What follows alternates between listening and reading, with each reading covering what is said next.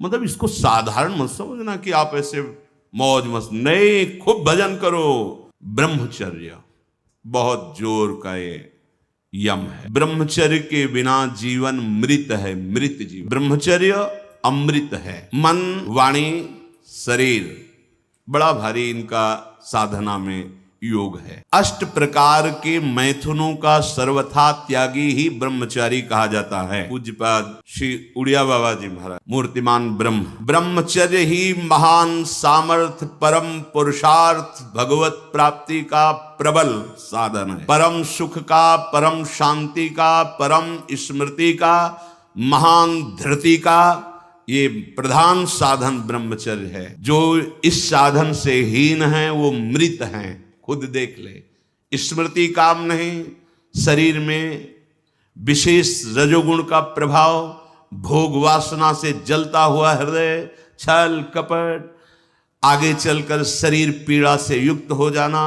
बुझा बुझा स्वभाव रहना, हृदय में एक विशेष चिंता, कल्पनात्मक भय, विषाद और पशुवत आचरण, ब्रह्मचर्यहीन जीवन। जो ब्रह्मचर्य धारण करना चाहे, भगवत मार्ग में जो चलते हैं उनके लिए तो है ही, पर जो भी परम सुख, परम आनंद और लोक में उन्नति, परलोक में परम पद, उसे ब्रह्मचर्य अवश्य धारण करना। वैरागी के लिए नैष्ठिक ब्रह्मचर्य, आजीवन ब्रह्मचर्य। प्रवृत्ति गृहस्थ मार्ग के लिए संयम पूर्वक ब्रह्मचर्य का वर्ताव। जब तक पाणी ग्रहण संस्कार ना हो तब तक ब्रह्मचर्य अवश्य रहो। यदि उस समय तक ब्रह्मचर्य नहीं रहते तो तुम गृहस्थी को ठीक से नहीं चला पाओगे, वास्तविक अच्छे गृहस्थ नहीं बन सकते हो। जो तुम्हारी गृहस्थ की वृत्तियां हैं उनमें तुम सफल नहीं हो पाओगे। व्यभिचार व्यक्ति का सर्वनाश कर देता है। 20 वर्ष या 22 वर्ष की अवस्था तक तो सबको, जो भी बच्चे हैं उनको शिक्षा देनी चाहिए,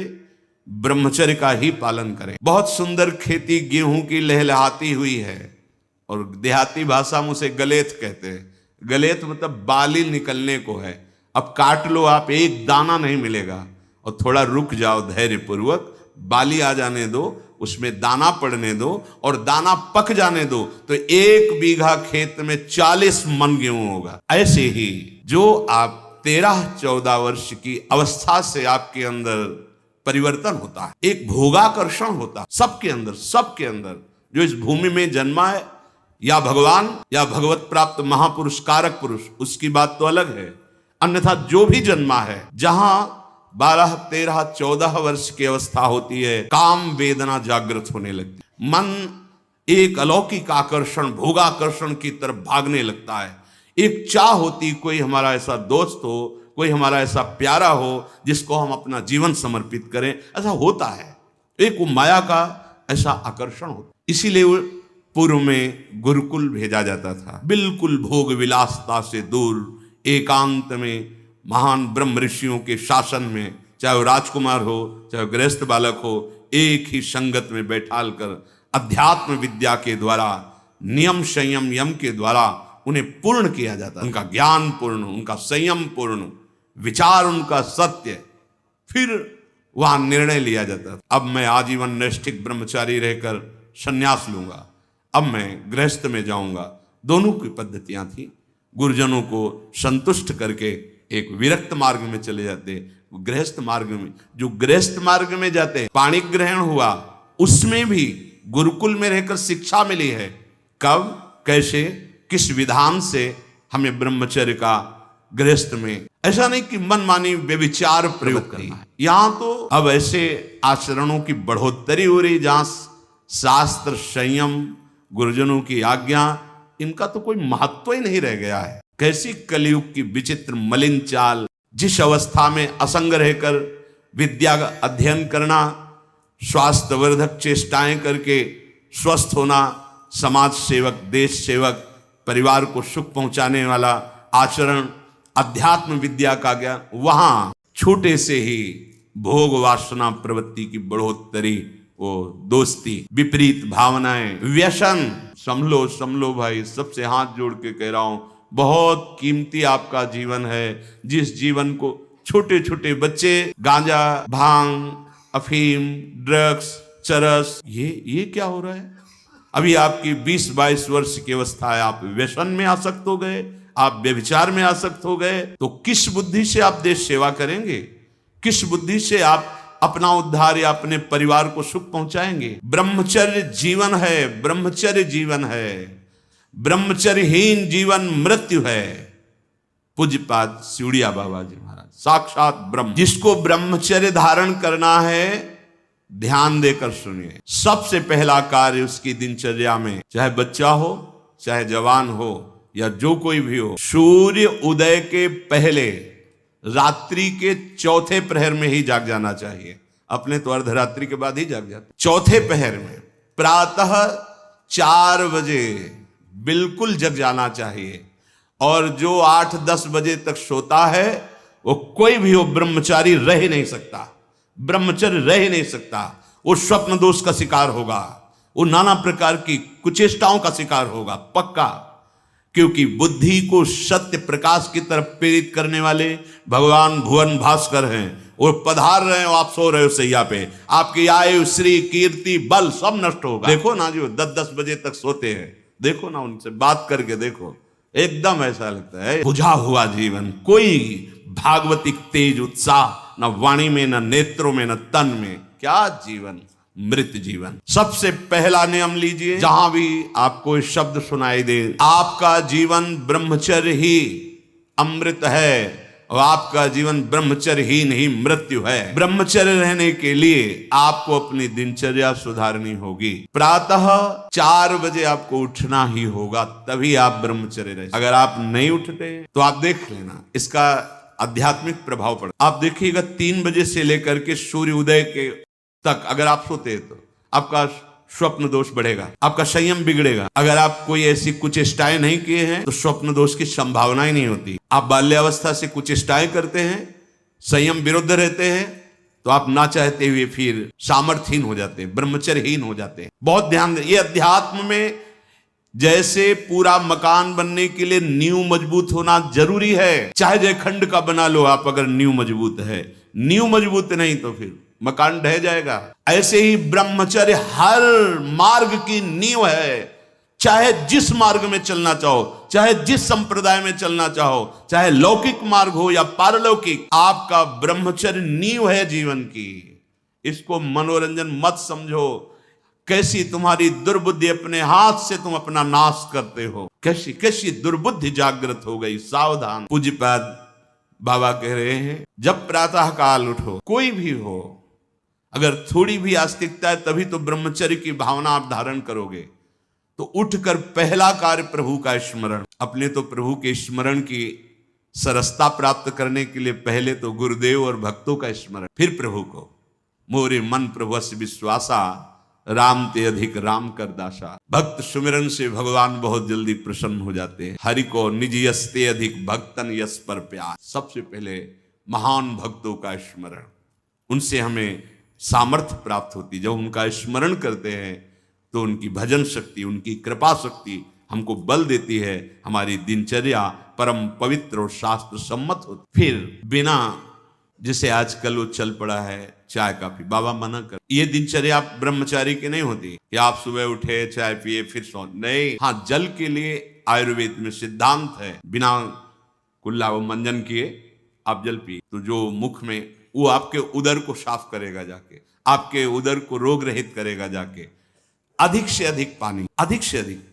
अगर उल्टी हो जाती तो और अच्छा होता है। जैसे आप पिए, 2-4-10 कदम टहले, आपको उल्टी लगे, अगर उल्टी कर दिया तो बहुत अच्छा हुआ, क्योंकि पित्त और सब गर्मी निकल गई, नहीं हो रही, पच गया है। फिर इसके बाद आप शौच स्नान आदि क्रिया कीजिए।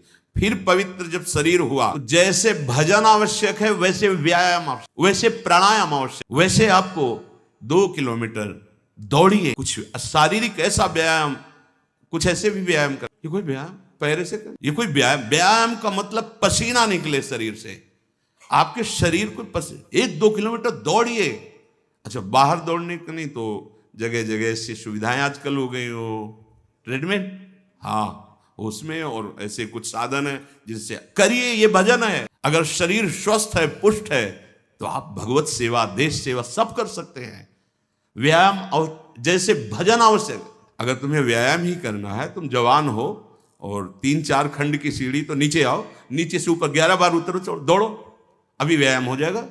नीचे सीढ़ी से शुरू करो और ऊपर तक जाओ, फिर नीचे आओ, फिर ऊपर 11 बार करो, देखो पसीना आ जाएगा, दौड़ो। ब्रह्मचारी बनना है तो ब्रह्मचर्य पचाने के लिए भी तो चाहिए ना। अब आधा घंटा पद्मासन, 30 मिनट कोई बहुत नहीं होता, बैठ करके आप प्राणायाम, अनुलोम विलोम, जो आजकल शिक्षाएं भी दी जाती है इसकी, आप उसको कीजिए, आसन पे बैठिए, आपका शरीर स्वस्थ रहेगा।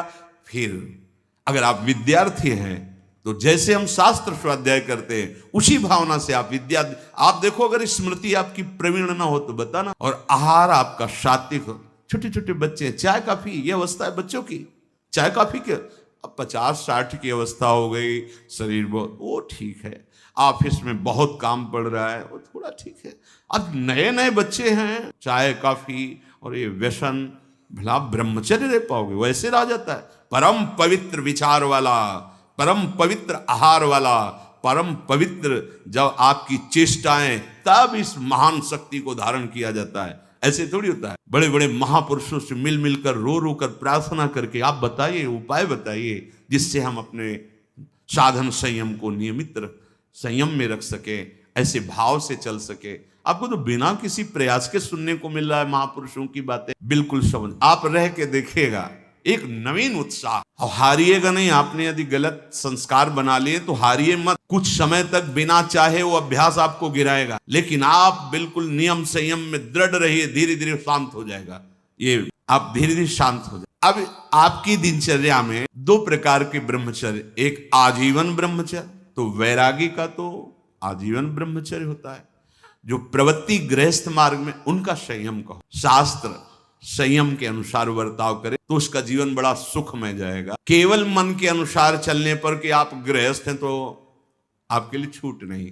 देखो, परम ब्रह्मचारी भीष्म जी अपहरण करके स्वयंवर में जीत कर जबरदस्ती राजकुमारी, वो एक राजधर्म है, मैं ले जा रहा हूं राजकुमारियों को महाराज विचित्रवीर के लिए, हस्तिनापुर के सिंहासन पर आरूढ़, जिसकी ताकत हो छोड़ा, वो राजाओं का है। अंबा ने तो अस्वीकार कर दिया कि या तो आपने अपहरण किया, आप स्वीकार कीजिए, नहीं तो मैं दो जो। अब वो संयम को भूल गए। महाभारत प्रसंग में है, राजा क्षमा रोग हो गया और मृत्यु को प्राप्त। बहुत सावधानी, ऐसा नहीं कि आप गृहस्थ में हो तो ये कोई आपके लिए धर्म नहीं। धर्म संतानोत्पत्ति, भगवान की सृष्टि पूजा के लिए, वो भी संयम भगवत भाव में स्थित रहते हुए।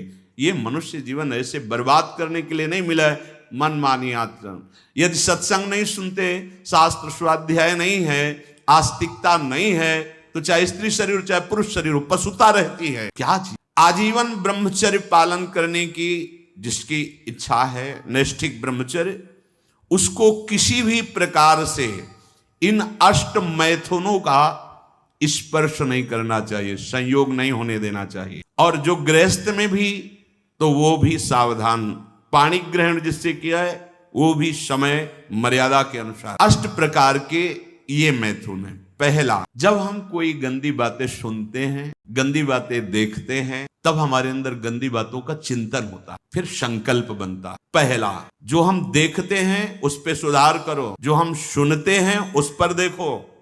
कोई ऐसी बात तो नहीं सुन रहे जो हमारे अंदर काम जागृत कर दे, कोई ऐसा दृश्य तो नहीं देख रहे जो हमारे अंदर काम जागृत कर दे, हम ऐसी कोई बातें तो नहीं बोल रहे हैं जो काम उत्तेजना प्रकट कर दे। 3 बातें। पहला, ध्यान दीजिए, इसी से भोग संकल्प बनता है। पहला, भोग संकल्प त्यागी। वो बनता कैसे? प्रधान बात, आपको ऐसा कोई दृश्य नहीं देखना जिससे आपके अंदर कामोत्तेजना जागृत, इसका प्रभाव पड़ता है। अभी आप कोई ऐसी बात करुणा की सुने तो आपको रोना आ जाए, आप कोई ऐसा दृश्य देखें तो आपका हृदय पिघल जाएगा, आप वाणी से कोई ऐसी करुणा की बात कर आपको रोना आ जाएगा। अर्थात आपके देखने, सुनने और बोलने का प्रभाव हृदय पर पड़ता है। यदि आपका देखना, सुनना और बोलना गंदा है, गंदे का भाव आप समझ रहे होंगे, कामोत्तेजना बढ़ाना वाला है, बेकार की बातें केवल ब्रह्मचर्य की होंगी, तुम ब्रह्मचारी रह ही नहीं सकते। आप देखो गंदी बातें, सुनो गंदी बातें, बोलो गंदी बातें, और आप ब्रह्मचारी रह सको, सवाल ही नहीं उठता। जैसे आप गंदी बात देख रहे हैं, सुन रहे हैं, आप कोई चेष्टा नहीं कर रहे, तो भी आप ब्रह्मचारी नहीं रह पाओगे। वर्णन हुआ है शास्त्रों में, एक मनोवाह नाम की नाड़ी है, पूरे शरीर में ऐसा कहीं जैसे पित्त की थैली होती है, ऐसी कोई ब्रह्मचर्य वाली थैली नहीं है। ये यहाँ हर नस नाड़ी में वो व्याप्त है सप्तम धातु। मनोवाह नाड़ी जो ही आपका चिंतन विकारात्मक हुआ, वो नाड़ी घसीटती पूरे शरीर से उस सप्तम धातु को, और वो घसीट लिया। आपने क्रिया की या नहीं की, आपका चिंतन बिगड़ा हो गया, वो किसी न किसी बहाने से लघु शंका में, स्वप्न में, कैसे भी बाहर हो जाएगा, वो नहीं रुकेगा। संकल्प रहित, भोग संकल्प रहित हृदय कब होगा? जब आपका देखना, सुनना और बोलना पवित्र होगा। बहुत सावधान। आज सावधान होना तो बहुत ही कठिन है, क्योंकि मोबाइल है। जो बातें बहुत गुप्त रखी जाती थी कि नई पीढ़ी, नई समाज हमारी समय आने पर जाने। बड़े बुजुर्ग घर की माताएं बहनें जब बेटी का ब्याह होता था तब एकांत में शिक्षा देती थी, तुम्हारा पति ऐसा, ऐसे व्यवहार करना, ऐसे चलना, अब तुम गृहस्थ में जा रहे हो तो ऐसा ऐसा। अब छोटे छोटे बच्चे बूढ़ों को समझा सकते हैं, इतना ज्ञान है उनको, क्योंकि हाथ में मोबाइल है। गूगल में सर्च करो, यूट्यूब में सर्च करो, आपको सब शिक्षाएं मिल जाएंगी, जिस मार्ग की, चाहे अध्यात्म मार्ग की या कुमार्ग की, सब भरी हुई हैं। और प्रायः कोई बिरला ही होगा जो मोबाइल रहित हो। जैसे भगवान सर्वत्र विराजमान है, ऐसे माया ने सर्वत्र रचना कर दी मोबाइल की। हर चीज में कुछ गुण हैं, कुछ दोष हैं। अगर मोबाइल रखो तो गुण ग्रहण बहुत आवश्यक है। आप कहीं ऐसी जगह फंस रहे हैं, फोन कर दिए, सहयोग मिल गया, आप पुलिस को फोन कर सकते हैं, घर को फोन कर सकते हैं। जहां चिट्ठी जाती थी महीनों में, वहां मिनट में बात कर लो, बड़ी सुविधा है। लेकिन कुमार्गगामी प्रवृत्ति की सुविधा उसमें मत ली। अगर आप वो बातें देखेंगे, आपके पास मोबाइल है, एकांत हुए और आप 4 साधक बैठकर या 4 नौजवान बैठकर आप अपने को संभाल नहीं सकते। एक दृश्य देखा आज मिलने की, एक वैश्या किसी के साथ जंगल में ऐसे, उस दृश्य ने नीच आचरणों में फंसा दिया। एक दृश्य देखा, सौभरी ऋषि ने मछली की 50 राजकुमारियों से ब्याह किया जाके मानधाता। दृश्य ही देखने मात्र से भ्रष्ट हो जाना हो, फिर आप उसको तो सर्च करके, इच्छा करके देख रहे हैं। हाथ जोड़कर प्रार्थना है, इस आग से बचो। ये आग तुम्हारे सुकृतों का नाश करके, तुम्हारी जीवनी शक्ति का नाश करके तुम्हें ऐसे चिंता, शोक, ऐसे दुख में फंसा देगी, फिर नहीं निकल पाओगे। त्यागात् शान्तिरनन्तरम, भगवान ने कहा, भोग के बाद शांति नहीं, तृष्णा पैदा होती है। भोग के बाद शांति नहीं मिलती है। कुछ क्षण के लिए वो कामना का भोग किया इसलिए शांत लगता है, फिर उसके बाद जो उसकी तृष्णा पैदा होगी, वो तांडव देख रहे हो उस तृष्णा का, पशुवत आचरण। हम बातें बड़ी ऊंची ऊंची धर्म की करते हैं, लेकिन नींव नहीं है धर्म की। ये ब्रह्मचर्य पूर्ण जीवन के लिए अमृत पद है। चाहे गृहस्थी में हो, चाहे व्यापारी हो, चाहे किसान हो, चाहे, और विरक्त मार्ग का तो यही मुख्य ऐसा आधार है जिसके ऊपर वो विविध प्रकार की दैवी संपदा का अनुभव करता है। पहला है, जो आप देख रहे हैं, सुन रहे हैं, बोल रहे हैं, वो कामोत्तेजना वाला नहीं होना चाहिए, क्योंकि उससे आपके मन में संकल्प बने। संकल्प भोग का बन गया तो क्रिया हो या न हो, आप ब्रह्मचर्य नहीं रह पाएंगे। एक बार परमहंस स्वामी श्री ओंकारानंद सरस्वती जी महाराज, साक्षात मूर्तिमान ब्रह्म, नजफगढ़, कानपुर, गंगा की बहुत ही ज्ञान संपन्न महापुरुष, तो हिम्मत करके पूछा गुरुजनों से, तो अपनी बात, महाराज जी, पूर्ण ब्रह्मचर्य रहने में कई ऐसे साधकों में परस्पर वार्ता को कहते हैं, स्वप्न दोष हो जाता है, तो हम कैसे अखंड ब्रह्मचारी माने जाएंगे। महाराज ने जो वचन बोले, यदि आप कोई कुचेष्टा नहीं करते और कुछ काल के बाद ऐसा होता है, आपने स्वप्न में भी कोई गंदे दृश्य या गंदी भावना नहीं देखी, स्वाभाविक आप जगे ऐसा, तो बोले जैसे उफान आती है किसी वस्तु में, वो वास्तविक जो ब्रह्मचर्य, जो संतानोत्पत्ति वाला, वो नहीं निकल पाएगा। उसके ऊपरी भाग का, उससे कोई हानि नहीं होती। यदि आपने कुछ चेष्टा पहले से अभ्यास की है और आपका स्वप्न में गलत संकल्प बन गया है, फिर वो वैसा माना जाएगा। इसलिए संकल्प का त्याग करे, कभी कुचेष्टा न करे। स्वाभाविक कभी खान पान बिगड़ गया या कभी स्वाभाविक ऐसे अधिक श्रम, अधिक थक जाने से ऐसा हुआ, तो बोले वो ब्रह्मचर्य खंडन नहीं माना जाता। ऐसा दूसरा, अब हम सामने तो आंख नहीं मिला रहे काम भाव से, लेकिन हम छुप करके किसी शरीर को देख रहे हैं।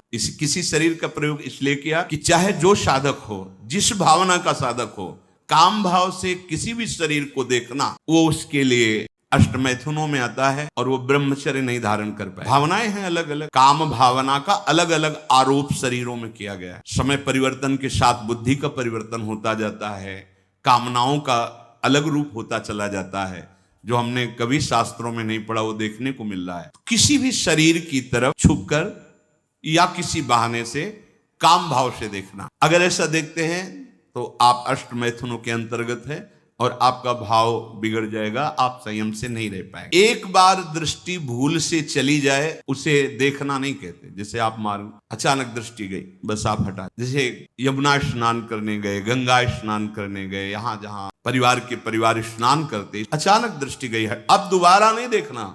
अगर दोबारा देख लिया तो अष्ट मैथुन के अंतर्गत आता, वो आपका भाव बिगाड़ देगा। भूल से दृष्टि चली जाए तत्काल उधर से दृष्टि हटा ले। किसी भी माता बहन को जिसको जो गृहस्थ में पाणी ग्रहण किया वो अर्धांग, इसके अलावा जहां भी दृष्टि जाए अपनी दृष्टि को सुधारना है। जैसे हम अपनी माँ के पास रहते हैं तो क्या भाव, कोई गलत भाव थोड़ी आता। अपनी बहन के साथ रहते हैं तो क्या गलत भाव आता है? वो तो राक्षस है जिसके अंदर गलत भाव है, वो मनुष्य थोड़ी है। अरे बहन बेटी माँ है तो परम पवित्र, इनके तो चरण रज माथे पे रखते हैं, माथा इनके चरणों में रखते हैं। देखो कितनी सुंदर रीति हमारी ने तो देखा है। कभी बेटी से पैर नहीं छुआते थे पिता, पैर छूते ही थे, बेटी के पैर छूते। ए देवी दुर्गा के स्वरूप, एक कन्याएं ये सब भगवती का स्वरूप है, ऐसा मानो। और बहन जब राखी बांधती है तो भाई तो माथा रखता ही है, चरण छूता ही है, पूज्य भाव रख। ऐसे ही जननी सम जान, ये सब भगवती अम्बा की अंश स्वरूपा है। अपने लोग तो सब श्री जी की सखियां हैं, लाडली जी की दुलारी प्यारी सखियां हैं, अपने को ऐसा भाव। अगर हम स्त्री को, किसी भी स्त्री शरीर को देखकर भोग भावना करते, हमारा पतन निश्चित है। कोई क्रिया हो या ना हो, यह चिंतन वाली बात है, ध्यान रखना। किसी भी माता बहन को भोग बुद्धि से, जैसे शास्त्रों में कहा गया नरकस्य नारी, बात है कि तुम्हारी भोग भावना जो नारी के प्रति है ये नरक पहुंचा देगी। त्रिविधम नरकस्येदम द्वारम नासन मात्मना कामः क्रोधा तथा लोभा तस्मादेत्रयम् त्यजेत। माताओं बहनों की तरफ देख करके काम भाव से उनको देखना तो तुम समझ लो नरक जाने का रास्ता पेट कर रहे हो। त्रिविधम नरकस्येदम, शास्त्रों ने तो जगदम्बा कहा है, शास्त्रों ने तो मां कहा है इनको। जननी सम जानो पर नारी, कहां जगत की जो वार्ता है वो कहां शास्त्र के विरुद्ध पहुंच रही। शास्त्र उसको कह रहा है जो माताओं बहनों को गलत दृष्टि से देख रहा है कि नरक, ये तुम्हारे नरक का हेतु बनेगा जो तुम देख रहे हो स्त्री को काम भाव से। आगे कह रहे हैं किसी भी तरह से खिलवाड़ करना। बच्चे हैं, बच्चियां हैं, अब उनको तो ज्ञान नहीं है कि आप गलत स्पर्श कर रहे हैं, आप गलत ढंग से छू रहे हैं, और आप अपनी वासना का पोषण करने के लिए छोटे बच्चों को, बच्चियों को गोद में बैठा ले, खिला रहे, और आपकी भावना दूषित हो रही। ये सत्संग है, बहुत होश में सुनी। साधु हैं या परमार्थ के पथिक हैं या गृहस्थ है, अंतर में बैठा हुआ अंतर्यामी देख रहा है। आप क्या देख रहे हो और आप क्या सोच रहे हो। बस जो ब्रह्म स्वरूप महापुरुष हो गए स्वयं बालकवत वो खेल रहे हो, विचरण कर। तुम्हारी स्थिति नहीं है। अंतर की वृत्ति भ्रष्ट होने में देर नहीं लगती है। वो अबोध अवस्था को प्राप्त बालक बालिकाएं हैं। भगवान का स्वरूप मानकर दूर से, अगर वैराग्य मार्ग के पथि को दूर से स्पर्श करने का अधिकार नहीं, स्पर्श करने का वो ब्रह्मबोध संपन्न महापुरुष जो स्वयं बालवत परमहंस अवस्था को प्राप्त, वो बच्चों के साथ खेलते हैं जहां कामना की कोई गंध ही नहीं, ब्रह्म स्वरूप है। अपने होश में किसी बालक को किसी भी तरह से दुलार करना, वो वात्सल्य नहीं होगा आपके अंदर, वो वासना होगी। ध्यान देना, बहुत सावधानी का विषय है। ये हम तो बच्चों के साथ खेलते हैं, नहीं, तुम बच्चों के साथ खेलते नहीं, अपनी वासना को बढ़ावा दे रहे हो। उपासक उपासना का बढ़ावा करता है। दूर से देखो, चरणों में प्रणाम करो, मेरे लाडली लाल इन्हीं बच्चों में खेल रहे, प्रणाम किया निकल गए। ऐसा किसी भी तरह से स्पर्श करने का अधिकार नहीं है। वो महापुरुष जो भगवत प्राप्त है वो खुद वैसे धूल दूषित उनके साथ खेल रहे, उनकी क्षमता हमारे हृदय में नहीं जागृत है, चूक हो जाएगी। बहुत सावधानी। एकांत में किसी भी तरह का व्यवहार करना विपरीत शरीर से, काम चेष्टा नहीं कर, पर हंसी मजाक, छूना, खेलना, बातें करना, वो आपको भ्रष्ट कर देगा। सावधान। विपरीत आकर्षण जहां आपका काम भाव बन सकता है, एकांत में नहीं। व्यवहार करने के लिए जिनको सेवाएं मिली हैं 2-3 एक साथ, तब व्यवहार किया। अकेले वार्ता करने वाला अपराधी माना जाएगा। क्यों? अकेले वार्ता में माना आप दूषित नहीं, लेकिन दूसरे की दृष्टि भावना दूषित हो सकती है कि ये स्त्री शरीर और ये पुरुष शरीर, कहीं कोई ऐसा तो नहीं। तो आपने गलती नहीं की, लेकिन आपके आचरण ने दूसरे की श्रद्धा बिगाड़ दी। नहीं, आपको ऐसा भी आचरण नहीं करना कि दूसरे की श्रद्धा में भी दोष आवे, क्योंकि आपका आचरण ही दूसरे के ऊपर प्रभाव डालने वाला है।